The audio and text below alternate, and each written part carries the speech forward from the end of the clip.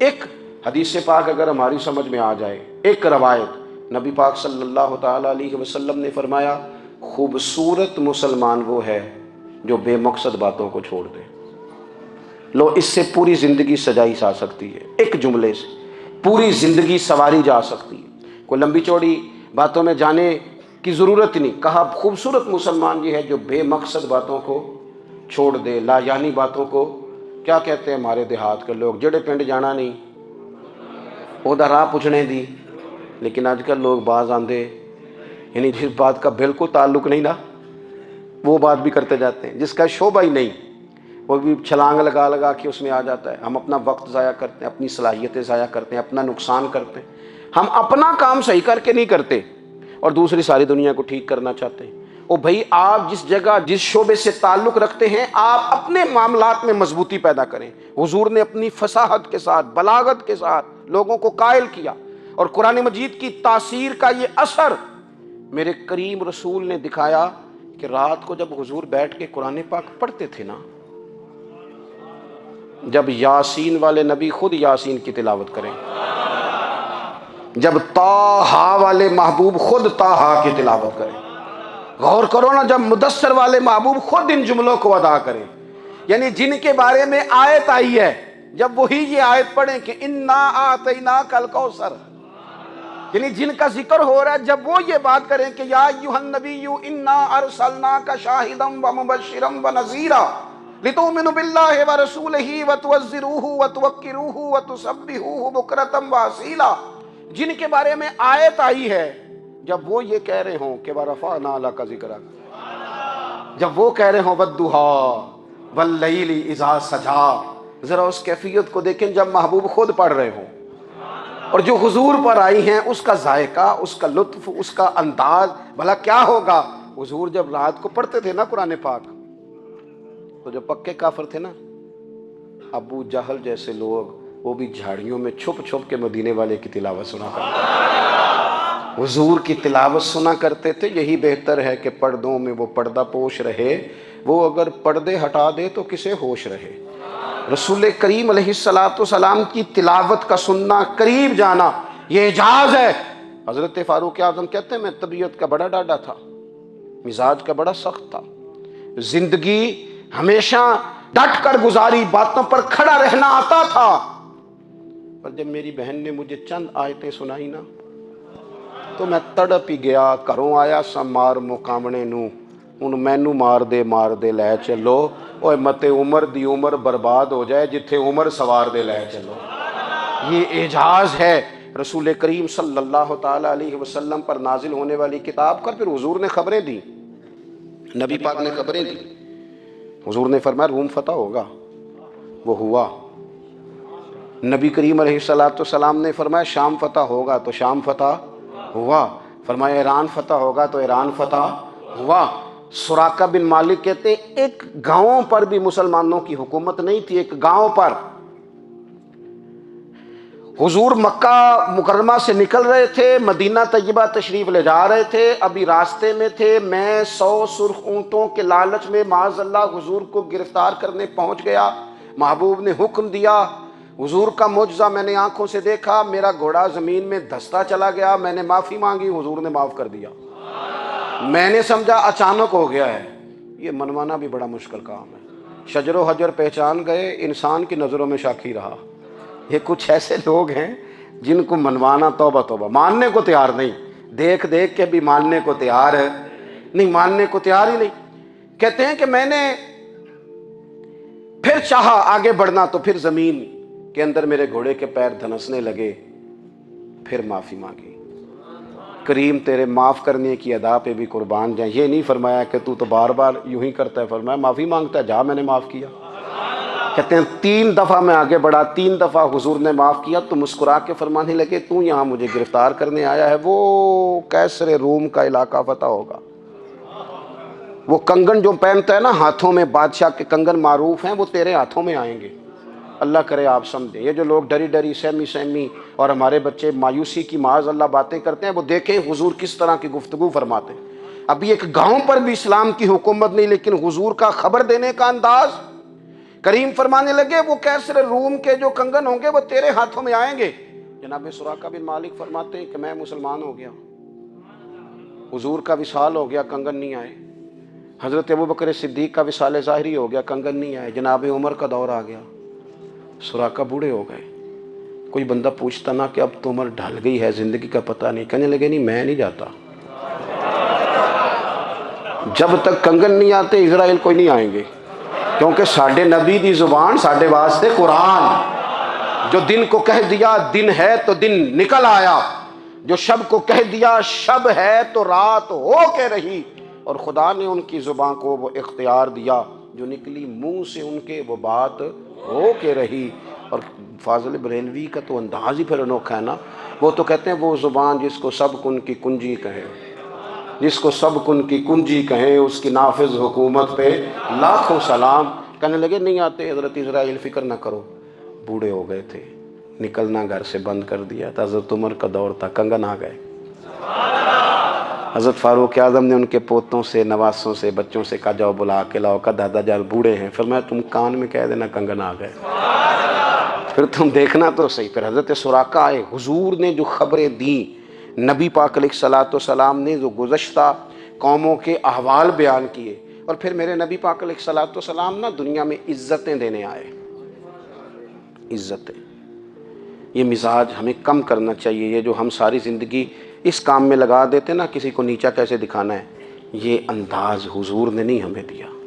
آپ دیکھو حضور تشریف لائے تو ہمیں پتہ چلا کہ حضرت یوسف جیسا سونا کوئی نہیں، حضور تشریف لائے تو ہمیں پتہ چلا کہ حضرت داؤد جیسی خوبصورت آواز کسی کی نہیں، حضور تشریف لائے تو ہمیں پتہ چلا کہ جناب عیسیٰ علیہ السلام کا فقر اختیاری کس طرح کا تھا، محبوب تشریف لائے تو ہمیں پتہ چلا کہ حضرت موسیٰ کا جلال کس طرح کا تھا۔ یہ تو حضور آئے تو نبی پاک علیہ السلام نے اس کی بھی عظمت بیان کی، اس کی بھی شان بیان کی، حضور نے بتایا کہ ابوبکر صدیق کی شان کیا ہے، فاروق اعظم کا مرتبہ کیا ہے، عثمان غنی کی حیا کیا ہے، مولا علی کی شجاعت کیا ہے، اہل بیت نبوت کی عظمت کیا ہے۔ حضور آئے عزتیں دینے، ماں کو عزت دی مدینے والے رسول نے، کہا جس کا باپ راضی ہو گیا اس کا رب راضی ہو گیا۔ فرمایا جو 2 بیٹیاں 3 بیٹیاں 4 بیٹی بہنیں یا ایک بیٹی یا بہن بیاہ کے آ گیا نا، اس طرح میری 2 انگلیاں جڑی ہوئی ہیں، میرے ساتھ جڑ کے جنت میں جائے گا۔ رسول کریم صلی اللہ تعالی وسلم نے عزت دی، عزت دی۔ حضور عزتیں دینے، کوئی اعزاز نہیں، ان پڑھ بندہ ہے، سادہ ہے، غریب ہے، مزدوری کرتا ہے، ہاتھوں پہ چھالے، یا رسول اللہ اس کا بھی کوئی اعزاز ہے؟ قربان جائیں، میرے کریم نے عزت دی، فرمایا محنت کر کے روزی کمانے والا تو اللہ کا دوست ہے، یہ اینٹیں اٹھانے والا، یہ مشقتیں کرنے والا، یہ صبح دیہڑی پہ جانے والا، یہ بیچارہ جو اچار سے روٹی کھاتا ہے، تو نے ہر شخص کی قسمت میں یہ عزت لکھی، اور آخری خطبے کی صورت میں وصیت لکھی۔ رسول کریم نے ہر بندے کو اعزاز دیا، عظمتیں دی، حضور عزتیں دینے آئے، نبی پاک علیہ السلام نے اعزازات دیے، حضور نے نوازا۔ یہ ساری چیزیں میرے رسول پاک کی تشریح، اور پھر یہ جو حضور کے صحابہ اور اہل بیت ہیں نا، یہ بھی میرے نبی پاک کی نبوت کی دلیل ہے۔ اتنی جلدی انقلاب آیا نہیں کرتے، وہ کل تک جو رہزن تھے حضور نے راہبر بنا دیے، وہ لوگ جو کل تک ایک دوسرے کے گلے کاٹ کے کھاتے تھے، ایک دوسرے کو مارتے تھے، تکلیف پہنچاتے تھے، برادری ازم پہ لڑتے تھے، حضور نے بھائی بھائی بنا دیے، ایک پلیٹ میں کھانا کھانے لگے، سیدنا بلال حبشی، صہیب رومی، سلمان فارسی، حضور نے یوں کر کے ملا دیا۔ نبی کریم علیہ السلام نے تقسیمیں ختم کر دی دنیا میں، حضور کے صحابہ نے اپنا کردار اس طرح کا دکھایا، اتنا بلند کیا، اور صحابہ کرام علیہم رضوان اس کو دیکھ کر اتنی بلندیوں پہ گئے کہ گواہیاں اللہ کا قرآن دیتا ہے۔ فرمایا محمد الرسول اللہ والذین معہ اشداء علی الکفار رحماء بینہم تراہم رکعا سجدا یبتغون فضلا من اللہ ورضوانا۔ فرمایا یہ جو میرے محبوب کے ساتھ والے ہیں کافروں پر سخت ہیں، آپس میں نرم دل ہیں، تم جب بھی انہیں دیکھو گے سجدے کرتے دیکھو گے، رکوع کرتے دیکھو گے، تم انہیں دیکھو گے اللہ کی رضا کے متلاشی ہیں۔ انہیں ساری مادہ پرستی سے نکال کر محبوب نے رب کی رضا کے راستے پہ ڈال دیا۔ میرے نبی کریم سید عالم صلی اللہ تعالیٰ علیہ وسلم کی نبوت کے دلائل کے طور پر یہ ساری چیزیں آئیں۔ بس میں بات سمیٹنے لگا ہوں۔ حضور کا جو اخلاق ہے نا، وہ بھی نبی کریم علیہ الصلوۃ والسلام کی نبوت کی بہت بڑی دلیل ہے۔ وَإِنَّكَ لَعَلَىٰ خُلُقٍ عَظِيمٍ، محبوب ہم نے آپ کو نا خلق عظیم کا مالک بنایا ہے۔ کچھ لوگ سمجھتے ہیں صرف آپ کا بولنے کا انداز ٹھیک ہو تو آپ با اخلاق ہیں۔ نہیں بھائی، بولنے کا انداز ٹھیک ہونا با اخلاق نہیں، سچ بولنا اخلاق کی علامت ہے۔ آپ کا حق بات کرنا اخلاق ہے، آپ کا صحیح گواہی دینا اخلاق ہے، آپ کا اللہ تعالیٰ کی طرف سے آزمائش آنے پر صبر کا مظاہرہ کرنا اونچا اخلاق ہے۔ رب نعمت دے تو آپ کا وجود ڈھلتا جائے شکر میں، یہ اخلاق ہے۔ رب کریم اگر آپ کو کسی وقت کسی آزمائش میں اپنی حکمت سے ڈالتا ہے تو عزت نفس کو برقرار رکھنا، خودداری کو برقرار رکھنا، یہ اخلاق۔ نبی پاک نے اعلیٰ ترین اخلاق کی بات بتائی، اعلیٰ ترین۔ حضور نے لوگوں سے بیعت لیتے وقت کہا تھا میرے ہاتھ پر بیعت کرو، چوری نہیں کرو گے۔ نبی پاک علیہ السلام نے مختلف امور پر بیعت لی۔ حضرت حکیم بن حزام کہتے ہیں حضور نے میرے ہاتھ پہ ہاتھ رکھ کے کہا میرے ہاتھ پہ ہاتھ رکھ کے بیعت کرو کہ کسی دنیا دار سے سوال نہیں کرو گے، خودداری سے زندگی گزارو گے، عزت نفس سے، جو رب نے تمہیں دیا ہے تم اس پر راضی رہو گے۔ لوگوں کی جیبوں کو ٹٹولنا، دوسروں کی دولتوں پہ راج کرنا، دوسروں کے مال پر نگاہیں ڈالنا اللہ کے حبیب نے پسند نہیں فرمایا۔ فرمایا بیعت کرو کہ تم کبھی کسی سے سوال نہیں کرو گے۔ حد ہو گئی۔ نبھانے والوں نے پھر اس عہد کو نبھایا اور کمال کر دی۔ حضرت حکیم بن حزام گھوڑے پہ بیٹھے تھے، ہاتھ میں درہ تھا، وہ زمین پہ گر گیا، قریب غلام کھڑا تھا۔ حضرت حکیم بن حزام خود گھوڑے سے اترے، درہ اٹھایا، دوبارہ گھوڑے پہ بیٹھے۔ غلام عرض کرنے لگا حضور مجھے بتا دیتے، میں اٹھا کے دے دیتا۔ آنکھیں چمک اٹھیں، فرمانے لگے کیسے بتا دیتا؟ اپنے رسول سے وعدہ کیا ہے کبھی کسی سے سوال نہیں کروں گا، کبھی سوال نہیں کروں گا۔ اللہ کے محبوب نے ہمیں اعلیٰ اخلاقی قدروں کی بات ہمیں سکھائی ہے۔ ہم دیکھتے ہیں کہ بڑی جلدی 2 4 5 لوگوں کے غصہ دلانے پر ہم ساری اخلاقی حدوں کو کراس کر جاتے ہیں۔ دوستو ہمارا ایک ویژن ہونا چاہیے، ہمارے ذاتی رویے بڑے معتبر ہونے چاہیے، لین دین کے معاملات کے اندر مسلمانوں کو بڑا صاف ستھرا ہونا چاہیے۔ ہمیں اپنی معاشی زندگی میں روزمرہ کے معاملات میں ہماری توجہات کا مرکز صرف اللہ رسول کی ذات ہونی چاہیے۔ رب کریم نے اپنی حکمت سے کسی کو کتنا دیا ہے یہ اس کی حکمت کے تقاضے ہیں۔ ہمیں اس نے جس رنگ میں